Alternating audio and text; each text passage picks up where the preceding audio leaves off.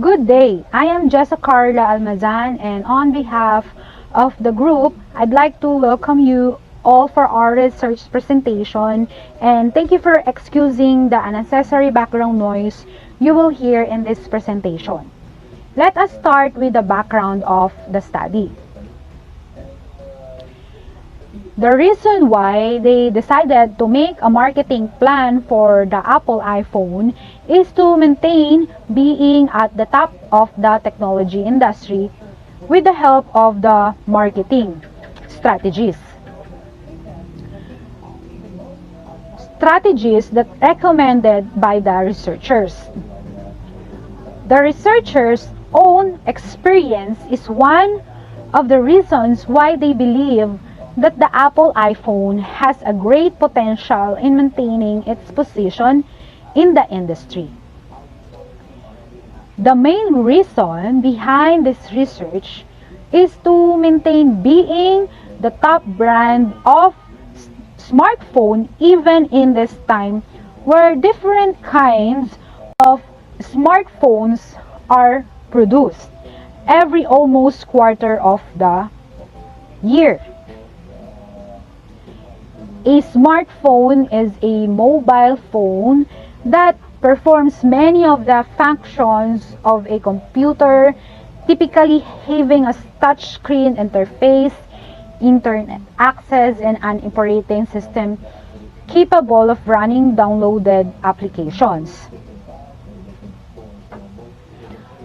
The iPhone's number one competitor is Samsung, and it creates great competition.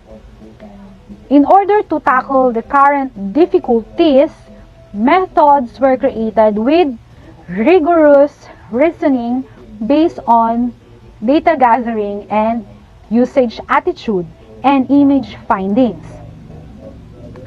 In order to finish this research, a comprehensive action plan is clearly established by developing strategies that will preserve or improve the company's position in the technological market and industry. Scope and limitation. The key source of data will be the usage, attitude, and image or UAI market research. By imposing quotas on the stratum, the quota sampling approach expands stratified sampling. The research will be conducted in the cities of Tagsanhan and Santa Cruz in Laguna. There are Santa Cruz, Victoria, Pila, Nagcarlan, and Maligaya. Respondents range in gender and age from 18 to 45 years old. To avoid personal connection during a pandemic, survey questions will be sent through the internet. Methodology research design. This study is descriptive research. This research will determine how technology trends such as gadgets affects the market buying behavior or Apple products and how it will help Apple company maintain a strong position in the global market. The evaluation uses a usage attitude and image study to obtain the market buying behavior from random respondents to evaluate the present state of the smartphone industry. Subject's description. The subject of this research is the Apple position in the market with 100 random respondents within the range age of 18 to 45 year old. The researchers randomly selected respondents from different areas of Laguna Province, Pagsanhan, Santa Cruz, Victoria, Pila, Nagcarlan, and Maligaya. Sample size and sampling. Methodology. In this research, non-scientific design was used to determine the change the chance of every respondent being selected, with the researchers opting for a quota sampling procedure which divide population by the target age, which is 18 to 45, total of 100 participants that can accommodate to take part in the survey. The population will come from group pertaining to the respondent's location. Instrumentation. The last part of this study will be the demographic information that describe the market group of respective respondents depends on their buying behavior and availability. Data collection procedure. The given data for this research is gathered using a survey that consists of 100 participants with the use of UAI. Questionnaires are constructed to obtain a better understanding of the overall market, such as buying behavior, as well as to stimulate demand to innovate and improve the product brand. Through this method, the researchers will distribute the questionnaires to the respondents via online survey form due to the ongoing pandemic, where health protocols are followed. Thereby, the necessary information is gathered for data analysis. Hello, this is Helen Huyo proceeding to competitive analysis. Current marketing activities of top 3 competitors of iPhone are as follows. Samsung Electronics Philippines Corporation is a subsidiary of Samsung Electronics Asia Holding Private Ltd. In the Philippines, Samsung is one of the top smartphone brands since it has already gained the trust of Filipinos in the brand name. The company has gained numerous awards of the world-renowned International Design Excellence Awards, IDEA 2020. Xiaomi is one of the top 5 smartphone suppliers in the world, along with Samsung, Apple, Oppo, and Vivo. It has branches all over the Philippines, including SM Lanang Davao, MI North EDSA, MI Gateway, and MI Mega Mall. For the next years, Xiaomi intends to maintain its focus on the development of 5G smartphones. Oppo is among the top-selling smartphone names in the Philippines. Based on Manila Bulletin, Oppo is the leader in the fast-charging technology. Last year, it launched new iterations of the industry-leading VOOC Plus charging line. It also introduced the COVID-19 computer-aided detection research platform designed and developed by Oppo. PSS software computation produced a low rating score. Responders' evaluations of iPhone characteristics in comparison to computations. However, the iPhone's strengths can be found in the following results: attractive packaging, ease of use, wireless charging, fast charging, crystal clear display, rapid speed processing, infrared remote control, serve as remote, allowing you to operate your televisions, and so on. Availability of smartphone in outlets, and of course, the brand's reputations based on UAI results. Hi, I am Nichole Jane and I will present our SWOT analysis. IFE matrix interpretation. The Apple iPhone brand gets a new good weighted score of 3.89 on the International Factor Evaluation or the IFE matrix. The UAI results serve as a foundation for comparison of the Apple iPhone with its top 4 competitors in the market in terms of their strengths and limitations. The organization has acknowledged the rival brand's strengths, shortcomings, plans, and objectives, presenting the corporation with the strength and advantage on which competitors to target. EFE Matrix Interpretation. The Apple iPhone brand gets a solid weighted score of 3.7 on the External Factor Evaluation or the EFE Matrix. This demonstrates that the firm is responding in an exceptional manner to its industry's prospects and risks, and that any difficulties that arise are dealt with appropriately. Internal to External Matrix. In the Internal Factor Evaluation or the IFE and External Factor Evaluation or EFE, the Apple iPhone brand received a good weighted score of 3.89 to 3.7 respectively. According to the findings of IFE and EFE, the ideal strategy to chart is grow and build, which implies a focus on market penetration, market expansion, and product development in order to maintain and achieve a place in the fierce market rivalry.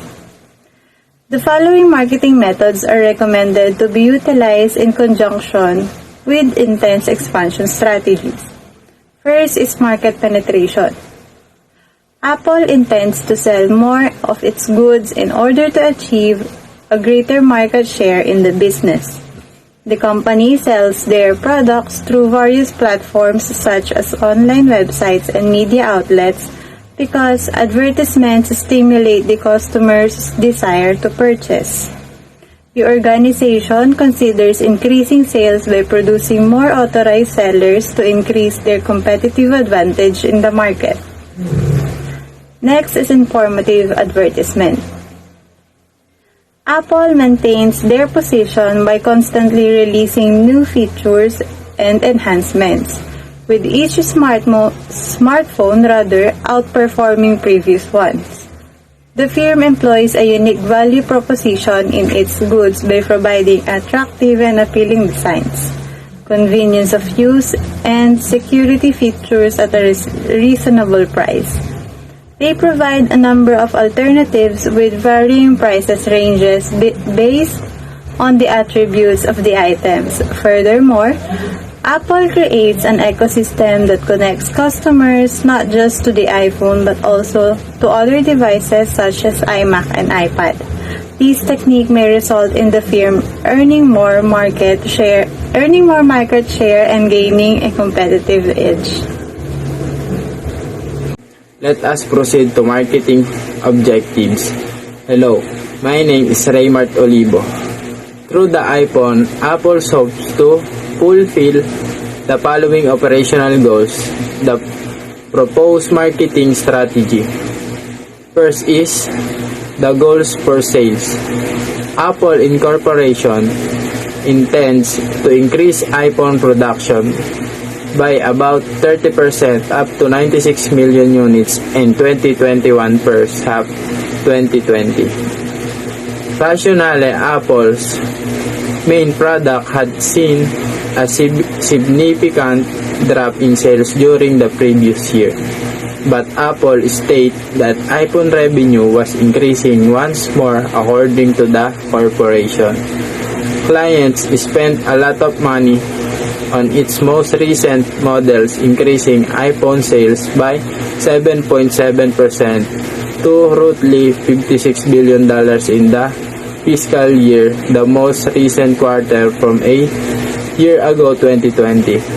First, marketing penetration is 9.97%. Promotion or informative advertisement is 7.7%. That growth helped lift Apple profit by 11% to $22.3 billion. Second is gross profit objectives. Apple gross profit objective is raise gross profit by 46.6%, with half of that gain project to come from iPhone products, which are estimated to account for 25.3% of gross profit. Third is market share objectives. The initial Apple's iPhone goal is to achieve a 1% share of the market in 2 years and to grow it 10% in 5 years. Good day is Marddie Maligaya, and I will present to you the marketing program, schedule, and action plan. So let me begin with the positioning statement.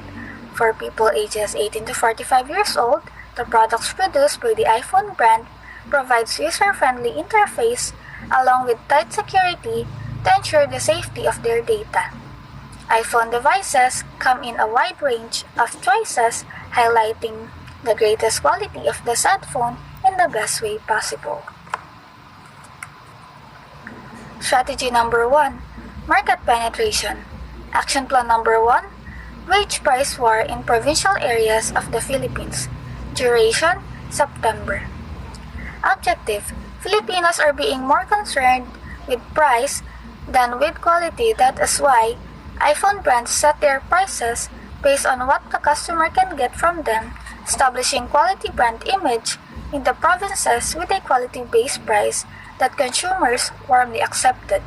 Quality-based pricing strategy shall be designed toward medium-income consumers in order to capture market share of local players and especially iPhone devices where majority of its share belongs to Broad P. So here, as you can see on the table, there are 3 activities. The first one is conceptualization of project or proposal. The person responsible is the product manager. Timetable, 2 days. The budget allotted for this is 1 million. The second activity is distributing conceptualized project. The person responsible is the product manager. Timetable, 7 days, and the budget allotted is 3 million. The third activity is employ 15 promodizers for advertisement. The person responsible is the event manager. The timetable is 15 days. So 300 pesos per day multiplied by the 15 workers will be equal to 78,750 pesos. The budget allotted for this is 1 million, and the overall total allotted budget is 5 million pesos. Action plan number 2, strategic alliances. Duration, from August 30 to December 1. Objective, the sales volume is projected to be dynamic, with continual demand resulting from growing usage of devices like these employees, students, or simply individuals who use phones for enjoyment, commerce, work, education, and other purposes. It would be fantastic to have partner distributors and resellers in areas other than cities. iPhone companies can get a footing in gaining market shares by forming new strategic relationships with these institutional customers. Product distribution will be rigorously enforced in both urban and rural regions. So next table, we will see on this table the action steps, affected parties, timetable, and the budget allotted. So the first action step is marketing department meeting of sales agent. The affected parties are the brand manager and the sales manager. Timetable, 1 day. The second action step is canvassing of retail stores. Timetable, 1 day.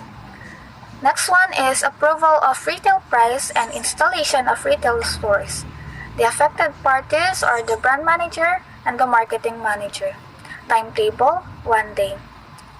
The fourth action step is strategic location mapping, and the affected parties are the marketing manager and the sales agent. Timetable, 1 day. The fifth action step is alliance with social media influencers, and the affected parties are the brand manager marketing and the manager. Budget allotted is 10 million pesos. The next action step is make official memo. The affected parties are the top-level management. Timetable, 1 day. And the last action step is execution of price war program. Timetable, 1 day. And the overall total allotted budget for all of this is 10 million pesos. Action Plan number 3. Distribute product teasers. Duration, October. Objective, the product teasers shall be distributed after the 2 events have taken place. A. Publicizing the upcoming product, and B. Announcing the release date. Citizens in today's culture are more engaged on social media and support influencers and personalities. As a result, iPhone could take use of this chance to send product teasers to influencers and vloggers or bloggers who evaluate technology in order to get people excited about their product. So here on the next table, we will see 3 activities: the person responsible, timetable, and the budget allotted. So the first activity is the conceptualization of project or proposal. The person responsible is the product manager. Timetable, 2 days, and the budget allotted for this is 1 million pesos. The second activity is distributing conceptualized project. The person responsible is the product manager. Timetable, 7 days, and the budget allotted is 3 million pesos. The last activity is employ 15 promotizers for advertisement. The person responsible is the event manager. Timetable, 15 days. So 315 pesos per day multiplied by the 15 workers will be equal to 78,750 pesos. The budget allotted for this is 1 million. So the overall total allotted budget is 5 million pesos. So moving on to strategy number 2, informative advertisement. Action plan number 1, launch Think Different but Not Too Different TV campaign. The firm will increase informative and extensive advertising to market the debuting product by highlighting the distinctive features it offers while adhering to the tagline message, Think Different but Not Too Different. Duration, from August 30 to December 1. The objective is to build customer excitement and persuade them that the new product will be of higher quality than the previous one. The hype cycle typically assists Apple in fostering a fear of missing out, at least among its committed user base, and in releasing a flurry of upgrades, even if they aren't genuinely based on consumer needs. So, another table shown on the screen is we have 5 activities. So the first one is the conceptualization of a TV commercial campaign. The person responsible or the persons responsible are the product manager and the marketing staff. Timetable, 2 days. The budget allotted is 1 million pesos. The next activity is the review of a television commercial. The persons responsible are the product manager and the marketing staff. The timetable is 1 day. Budget allotted is 7 million pesos. The third activity is finalization of a television commercial. The person responsible is the creative media agency. Timetable, 1 day. The budget allotted is 8 million. The next activity is the GMA 7 to 30 second advertisement during non-prime time and 30-second advertisement during prime time. So the person responsible is the product manager, radio station personnel. Timetable, 60 days, and the budget allotted for this is 47,940,000 pesos. The last activity is the first day execution of actual advertisement or advertisement. The person responsible is the GMA 7 product manager marketing staff, and the timetable is 1 day. The budget allotted is 799,000. The total budget allotted for all of this is 64,739,000 pesos. Action plan number 2, execute informative social media campaign that creates necessities that using iPhone device is a necessity on one's life. Duration, November 1 to 31. Objective, capturing the target market with social media advertisements when scanning through social media platforms for leisure, school, or job. To do this, since security and camera setting of iPhones is one of the good qualities of iPhone, it should cater this on execution of the informative social media campaign. Apple devices will become a part of their mind and being as a result of this mass media instrument. So on the last table, the first activity is conceptualization of social media campaign, Facebook, Twitter, and YouTube. The person responsible is the product manager sales staff. The timetable is 2 days. The budget allotted is 90,000 pesos. The second activity is the review, design, and layout for Facebook, Twitter, and YouTube. The person responsible is the product manager. Timetable, 1 day. The budget allotted is 90,000 pesos. The next activity is the finalization of layout for Facebook, Twitter, and YouTube. The person responsible is the product manager. Timetable, 1 day. Budget allotted is 90,000 pesos. And for the last activity, it will be the Facebook advertisement cost, 25,000 pesos per day. And for Twitter, advertisement cost 15,000 per day. And lastly, YouTube advertisement cost is 25,000 per day. So the person responsible for this is the product manager, sales staff's accounting department. Timetable, 30 days. The budget allotted is 1,950,000 pesos. And the grand total budget for all of this is 2,220,000 pesos. I am Justine Denise M. URBINA, presenting the Marketing Budget Program for new proposed pricing strategy. In accordance to HSU 2019 report, a total of $71.9 million was allotted in year 2019 for the iPhone ads. The marketing budget for strategy number 1 with 15 million pesos, we allocate it as follows. Action Plan 2 with 10 million pesos and Action Plan 3 with 5 million pesos. Action Plan 1 doesn't consist budgetary plan, since it was for monitoring the product itself and shall consist the wage itself. The marketing budget for strategy number 2 with 66,959,000 pesos, we allocate it as follows. Action Plan 1 with 64,739,000 pesos and Action Plan 2 with 2,220,000 pesos.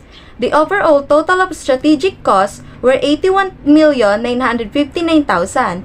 Meanwhile, we have 100 million for the marketing budget, thus the 18,041,000 were allocated for contingency funds. The planned advertising budget have been carefully considered in order to achieve the advertising goals for the year 2020 to 2021. The promoting exercises will be thoroughly verified via the advertising programs, and the identification of spending plans should be carried out precisely as stated in the above table. The surplus reserves will be set aside for any unexpected additional expenditures that may arise, as well as for the use of the 2021 advertising budget. And now, I will be discussing the monitoring and control. For the annual control, Apple developed a great overall marketing strategy for the iPhone and skillfully handled every facet of the iPhone's introduction. In line with the iPhone, like nearly other goods, has defects and limitations, but Apple was able to create a unique product for tech-savvy consumers looking for a combined smartphone music player and make those people aware of the device through well-managed marketing efforts and significant press. Apple's iPhone has sold over 1 million devices since its release. The launching of the hype aided it in becoming the most popular smartphone. This will be continuously improved over time in order to remain the smartphone standard. However, achieving this aim will be contingent on future iPhone changes and marketing efforts in the midst of deteriorating economy. The iPhone shows Apple's ability to generate enthusiasm about goods among its fervently committed customer base, who keep their attention focused on the firm, and then justify the hype by providing a high-quality, attractive product. Apple's stock price increased significantly, cementing Apple's position as a leader in consumer electronic gadgetry. This does not appear to be deteriorating anytime soon. And now, for the profitability control. The marketing aim is to achieve a 20% market share in the next 5 years, and the financial aim is to increase profitability by 15% through increased sales. This will be accomplished via a marketing plan that has been well researched and the opportunities and problems identified. The marketing mix involves the 4-piece marketing strategies that we plan to use in positioning our product. The project will be steered by a specific organizational structure of experienced marketing and sales officers. The success will be measured through measurement controls and close monitoring of the implementation process. Nevertheless, we anticipate changes in the market trends and have come up with effective contingency plans. And now, for our strategic control on strategy number 1 is market penetration. Product management is critical for high market penetration in the chosen market. And by enhancing the product quality, the company will be able to attract customers and out-quality the rivals' products to meet their needs, resulting in more sales, making a quality-based pricing approach rather than cutting prices in the middle-income people, while being sensitive to the income of wide B. In order to maximize the potential market, developing the market focuses on non-buying shoppers in targeted areas as well as new consumers. Furthermore, because of the updated application utilized, and in order to meet the year sales goals, the marketing department will have a labor distribution plan. To make the marketing program a success throughout the year, all marketing staff must report directly to the brand manager, who will implement an aggressive market penetration plan that will result in increased market share from other industry competitors. And for strategy number 2, we have informative advertisement. The brand manager must sell the products through television commercials and print ads, emphasizing how they differ from competitors. When a product is first released, commercial ads run and print ads run throughout the product's life. Furthermore, because social media is today's new market penetration, partnering with social media enthusiasts is a must. Running over how the iPhone will be seen on social media networks. Concerns and progress of magazine and radio commercials must be reported directly to the product manager by the marketing employees. And now, for the financial projection, the table above shows how profit contribution is acquired. Cost of sales have been deducted from sales in order to obtain the net income. Subsequently, marketing expense is reduced on the net income, resulting to profit contribution of 3,226,238,046,600 pesos. The iPhone 12 series cumulative global sales crossed the 100 million units mark in April 2021. The share of the Pro Max version in the iPhone 12 series was 29%, according to Counterpoint Research Mobile Handset by Mishra 2021. Survey results and interpretations. Hello, I am ARRIETA, and for the overall summary of the survey results and interpretations are as follows. Number 1, people between the ages of 20 and 21 are the most likely to own an iPhone. It is according to our survey. This simply indicates that targeting these ages in marketing is a good idea. Number 2, according to the report, female users account for 70% of all users, while male users account for 26% of all users. Number 3, 38% of the 100 polled respondents are from Pila, Laguna, while the remainder are from Nagcarlan, Mayhay, Pagsanghan, and Victoria, and Santa Cruz. Number 4, all respondents use smartphones. The rating score for those who reply yes are 100%. Number 5, according to the responses, Samsung is the most well-known brand of smartphone. 94% of those polled are familiar with the company Samsung. And 6, it is according to our study results, Oppo, Samsung, and Vivo have the largest proportion of the most frequently used brand, with 17%, 16%, and 14% respectively. 7. Among the 100 respondents, 32% replace their phone every 1 to 2 years. 8. In terms of impact in purchasing a new smartphone, 21% claim nothing inspires them, while 18% receive the idea to buy a new phone with a specific brand via social media. 9. 77% of smartphone users use their phones for pleasure purposes, while 76% uses smartphones for educational purposes. 77% of respondents believe that buying cell phones at a mall is more convenient than buying them online or from a second store. 10. According to the findings, memory capacity and long-lasting batteries are crucial to 69% of smartphone users, while ease of use is vital to the remaining 39%. 11. Before purchasing a new iPhone, 68% of iPhone consumers check the availability of the outlet.